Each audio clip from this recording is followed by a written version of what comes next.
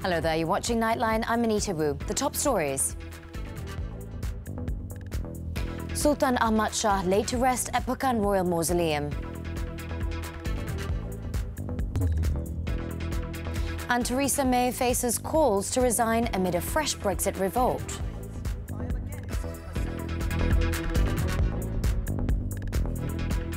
Our headlining story, the Yang di-Pertuan Agong's father, Almarhum Sultan Ahmad Shah Al-Musta'in Billah Ibni Almarhum Sultan Abu Bakar, was laid to rest at the Pekan Royal Mausoleum at 4:35 p.m. on Thursday. The remains of the former Sultan of Pahang were interred next to the grave of his wife, Tengku Ampuan Pahang, Tengku Afsan Tengku Muhammad, who passed away in 1988.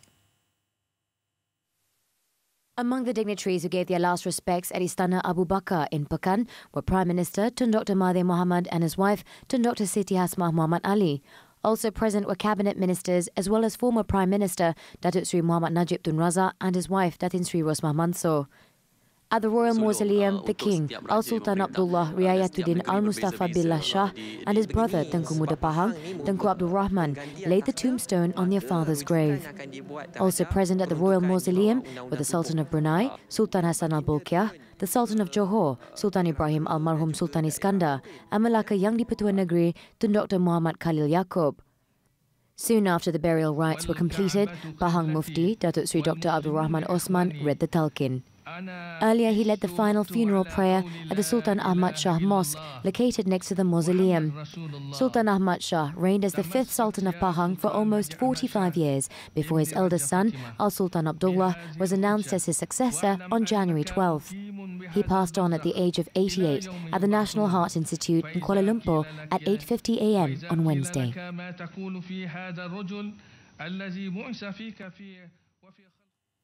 The Home Ministry will set up a special task force soon to investigate enforced disappearances of Pastor Raymond Koh and social activist Amri Chekmat. Its Minister Tan Sri Muhyiddin Yassin said the decision to establish the task force has also been consented to by the Cabinet in light of the Human Rights Commission of Malaysia's Suhakam report over the disappearances. Dibentuk sebuah jawatan kuasa ataupun pasukan petugas khas yang akan meneliti laporan itu dan nanti akan memperakukan apakah bentuk tindakan-tindakan yang wajar yang perlu diambil oleh pihak kementerian ke atau mana-mana pihak yang bertanggungjawab. Tan Sri Muhyiddin said this to reporters during the ministry's iftar program in Putrajaya on Thursday. He said the members of the task force, which will consist of 6 to 7 individuals, will be revealed very soon.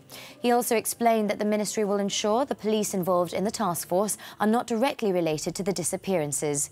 On April 5th, Suhakam revealed its report where it said Bukit Aman is responsible for the enforced disappearance of Koh and Amri by state agents.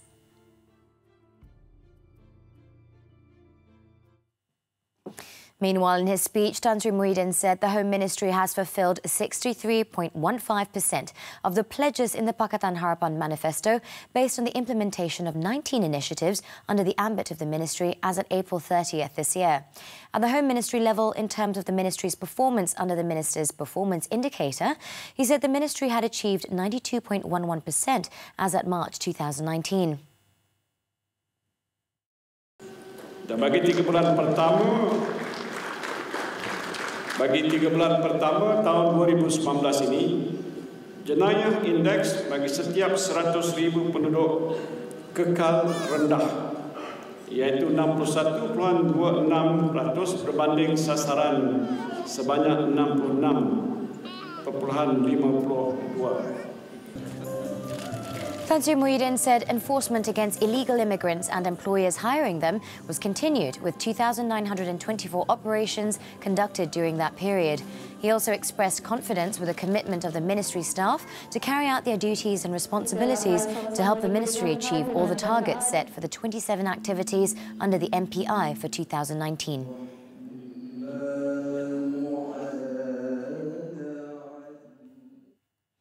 Police have raided the office of accounting firm Deloitte Malaysia in Kuala Lumpur on Thursday, believed to be in relation to the One Malaysia Development Berhad 1MDB scandal. Federal Police Commercial Crimes Investigation Department CCID team arrived at the office in Taman Tun Dr. Ismail at 10:45 a.m. to conduct the raid.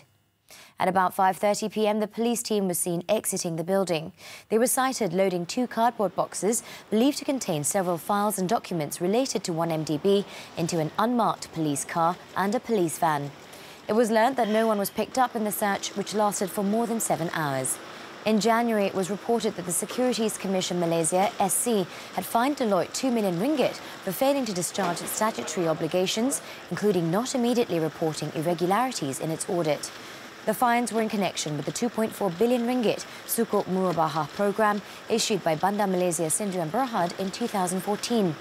Deloitte was the statutory auditor for Bandar Malaysia and 1MDB Real Estate Sdn Bhd for the financial years ending March 31st, 2015 to 2016. The SC said it found Deloitte to have committed 2 breaches under the Capital Markets and Services Act 2007.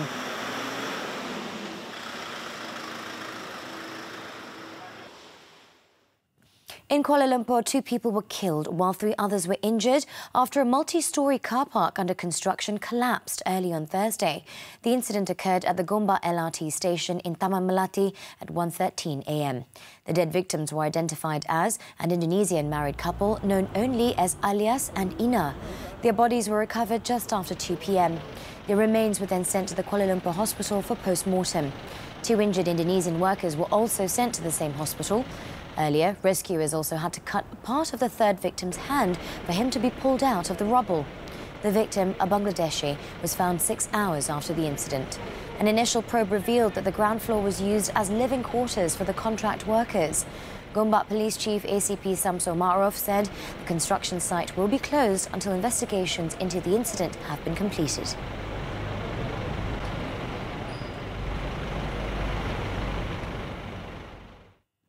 In Negeri Sembilan, a Form 5 student was killed and 4 others sustained serious injuries when a stage bus collided with a car near Bukit Tangga in Jelebu. The 3:30 p.m. accident on Jalan Kuala Kelawang, Seremban, saw the bus swerve to the road's shoulder and ram into a tree before landing upside down. According to police, the bus was ferrying 27 passengers, including the driver, to the Terminal 1 bus stop in Seremban. It is learnt that among the passengers of the bus were students from the vocational college as well as the Kuala Kelawang Mara Junior Science College who were heading home for a semester break. The victim, identified as 17-year-old Muhammad Firdaus Shahrul Azam, reportedly died on the spot after he was pinned to his seat. The body has been sent to the Tuanku Jaafar Hospital for post-mortem, while other victims, including the injured bus driver, were also sent to the same hospital and Jelebu Hospital for treatment. It is understood that 2 of the injured victims were passengers of a sport utility vehicle, a Nissan X-Trail, which was also involved in the crash. An investigation is underway to determine the cause of the crash.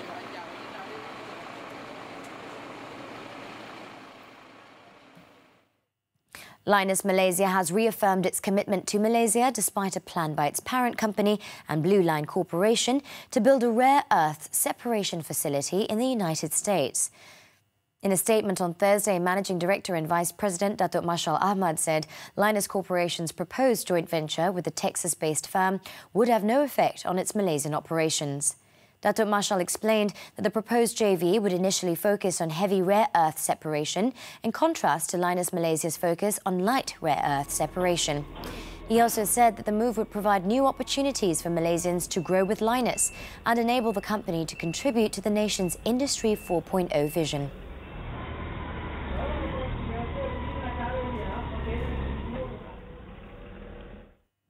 BHB Holdings Berhad recorded a 17.7% jump in its net profit of 202.5 million ringgit in the first quarter ended March 31st, 2019, while its revenue hit 1.18 billion ringgit from 999.3 million ringgit.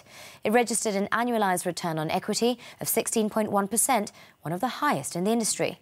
Its Islamic banking arm, Bank Islam Malaysia Berhad, meanwhile, recorded profit before zakat and taxation, PBZT, of 219.9 million ringgit, mainly due to a higher total income. The bank's total assets stood at 63.3 billion ringgit as at March 31st, 2019, a year-on-year increase by 4.6 billion ringgit from 58.7 billion ringgit.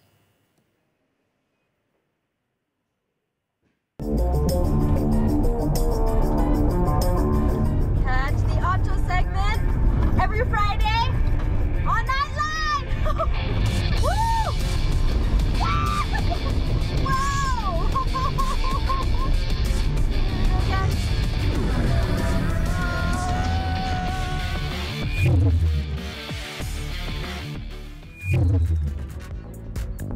Coming up right after this breather, son charged over dad's murder. Do stay tuned.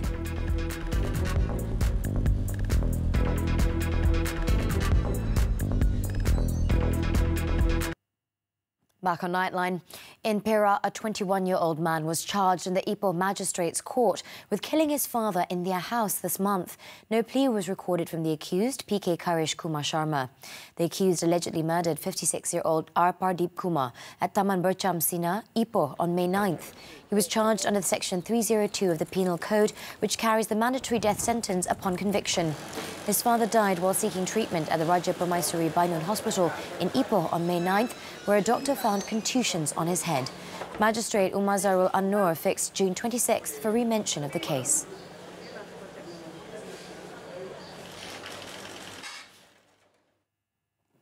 In Johor, police have crippled an online gambling syndicate by detaining 123 Chinese nationals who are believed to be working as online gambling operators during a raid at a premises in Johor Bahru, which ended early on Thursday. Police said all the 109 men and 14 women were aged between 16 and 47. The raid, launched by police late Wednesday night on the 18th floor of Bangunan City Plaza in Jalan Tebrau, ended at 2 a.m. on Thursday. Police believe the premises functioned as a call centre for the illegal activity. And the 123 suspects contacted Chinese nationals in China to promote their gambling activities through several websites. During the raid, police seized numerous items that are believed to have been used in the online gambling activities. All the suspects who were without identification documents are now being detained for investigation. Probe is being conducted under the Common Gaming Houses Act 1953 and the Immigrations Act 1959-1963 for failing to furnish any valid travel documents.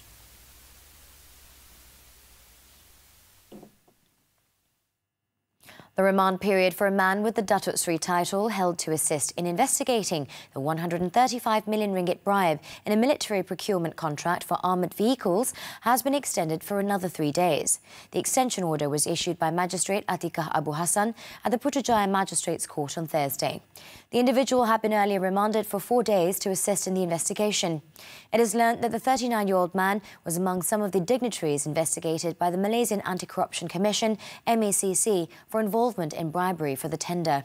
The MACC is now investigating the case involving the project from 2014 to 2017.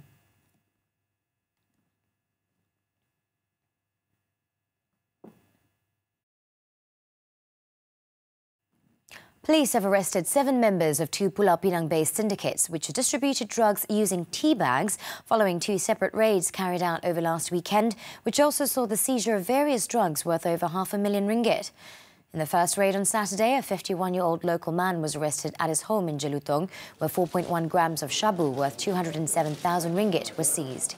A day later, 6 men believed to be members of another syndicate were arrested in a house in Tanjung Tokong, with drugs worth 303,000 ringgit, including over 8,000 Aramine 5 pills, were seized. Bungkusan yang kita rampas tu, dia tu memang orang kata datang dalam bentuk macam teh, ya, sebab benda tu di luar tu dia punya chop tu adalah chop kata teh adalah nama Cina tu, tapi bila dibuka tengok tu dalam tu adalah kristal shabu lah. Itu adalah salah satu hela dia untuk mengamuri pihak penguatkuasa untuk mengenal pasti bahawa mereka ni terlibat dalam pengedaran dadah. So kalau kita tengok secara imbas tu, kita ingat macam bungkusan teh, ya. Ini adalah salah satu MO ataupun modus operandi pengedar dadah ni. Other items seized included 16,000 ringgit cash, 10,000 ringgit worth of jewellery and 4 vehicles worth 104,000 ringgit. Police said the 2 syndicates adopted the same modus operandi but were operating separately since 2 months ago. The case is being investigated under the Dangerous Drugs Act.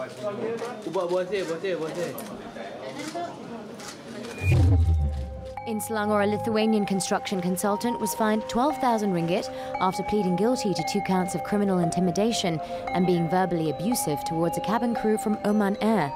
33-year-old Petronas Augustinas admitted to committing the offences before Magistrate A. Akhiruddin at the Sepang Magistrates Court.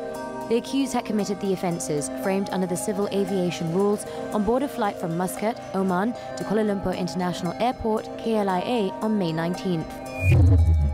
At the same court, the remand order for a Nigerian believed to be involved in the murder of Serdang Hospital's head nurse, Siti Karina Kamarudin, has been extended for another week. The 36-year-old man had been earlier remanded for 7 days from May 17th. He was arrested a day earlier at a cafe in Cheras, about 24 hours after the discovery of Siti Karina's body. Based on initial investigation, the suspect was the last person to be seen on a CCTV recording coming out of the victim's rented residence at the 3rd Avenue condominium in Cyberjaya. In Malacca, a man was sentenced to 20 years in prison plus 24 strokes of the rotan for raping his 17-year-old daughter. Earlier, the 45-year-old father of 8 pleaded guilty to the charges framed under the Penal Code before Judge Elizabeth Payawan. The incidents only came to light after the victim's teacher found slash wounds on her wrist. The court ordered the man to begin serving the jail term from the date of arrest on May 17th and to be given 10 strokes of the rotan for each charge. And finally, in Perak, police nabbed a father and son over the shooting of a caged monkey, which was recorded on video and went viral after it was uploaded on social media. State Police Chief Datuk Razaruddin Hussein said police raided a house in Taman Kenangan in Sitiawan and arrested the duo, as well as seized a pistol believed to have been used to gun down the animal. The probe is being carried out under the Firearms Act and the Penal Code.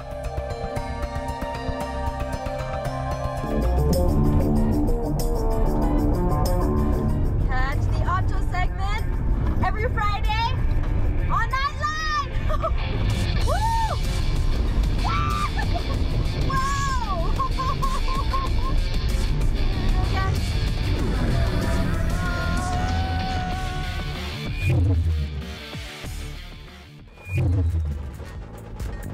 Narendra Modi secures landslide win in India's election. Don't go away.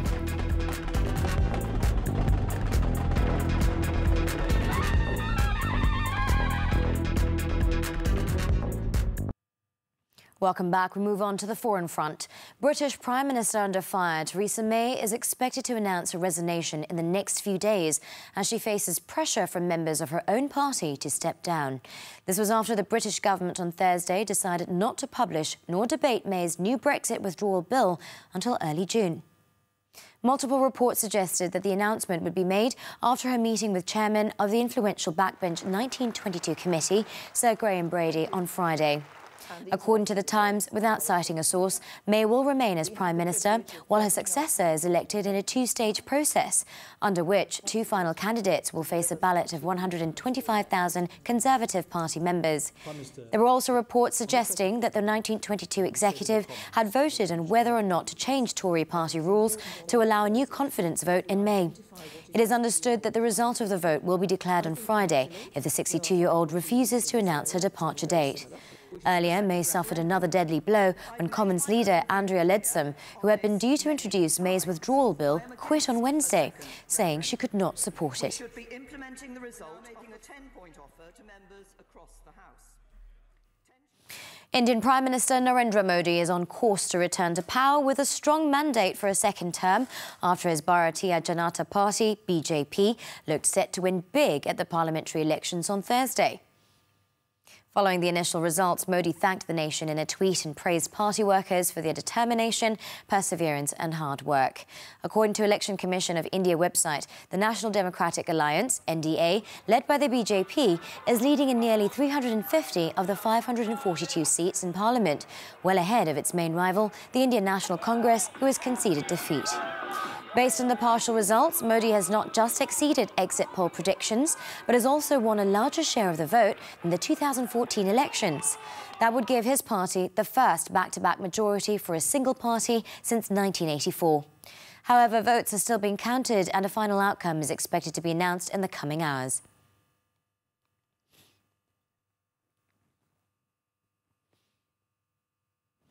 Over in Mexico, a shootout between rival gangs in the western state of Michoacán killed at least 10 people and wounded 4 others on Wednesday.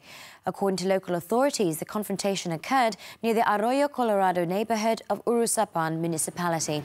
The gangs involved have not yet been identified, but the Jalisco cartel and a small gang known as the Viagras have been active in the state. Authorities also said that they found military-grade weapons, ammunition clips and bullets of various calibers at the shootout site. Michoacan has long dealt with criminal violence, leading to the rise of self-defense groups 6 years ago and the deployment of soldiers to the state in 2014.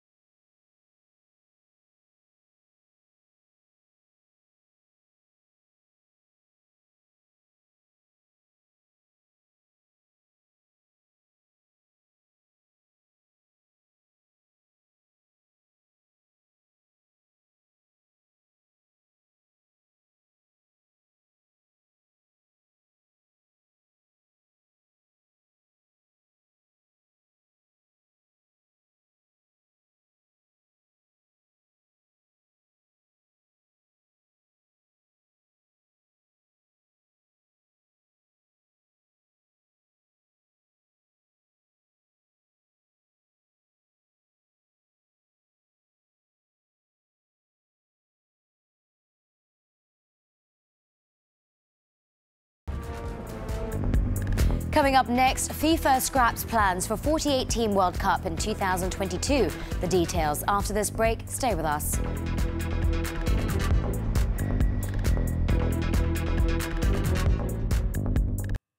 Welcome back. We move on to sports news. Football's global governing body, FIFA, has abandoned plans to expand the 2022 Qatar World Cup to 48 nations, deciding to stick with 32 countries because of the political and logistical complexities of using another Gulf nation.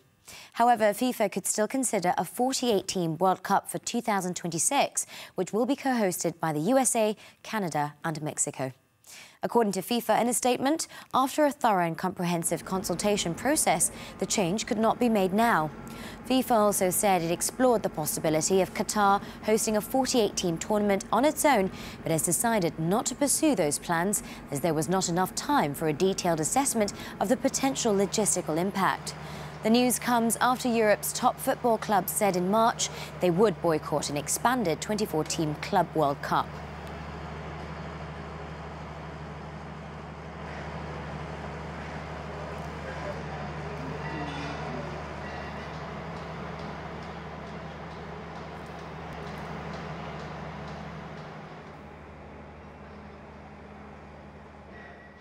It looks like we have reached the end of our bulletin.